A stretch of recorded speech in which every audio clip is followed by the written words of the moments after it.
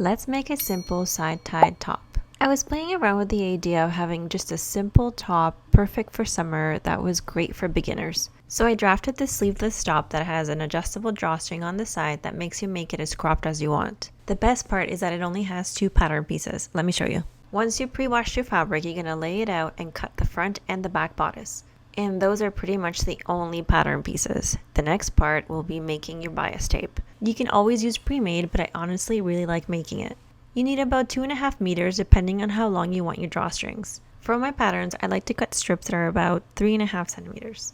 Once you cut them out, you fold them in half, wrong sides together, and press them. Next, you're going to take both bodices and fold in the side edge about 1/4 inch. Yes, I realize I go back and forth using centimeters and inches, but it's just how my mind works. Don't worry, my instructions are clear and have both measurements. Then you're going to take all the sides again and fold them in 3/8 inch and press. Now we're moving on to the shoulder seams. After you serge the edges, you're going to place them right sides together and sew using a 3/8 inch seam allowance. After you press them open, you're going to take your bias tape and place it at the edge of the side seam. Using a 1/4 inch seam allowance, carefully sew it all around the armholes. Trim the excess when you get to the end and then press the bias tape away from the top. You know what's next. You're going to understitch it so that it stays in place. Then you're going to fold in the whole thing once more and press it nicely. And then top stitch it all around so that you have a nice finished armhole. You're going to do this again for the other side and then a similar thing with the neckline.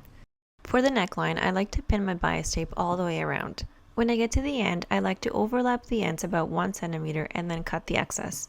Then I unfold the bias tape so that right sides start together and then sew a 1 centimeter seam allowance, and now the tape is just one continuous piece.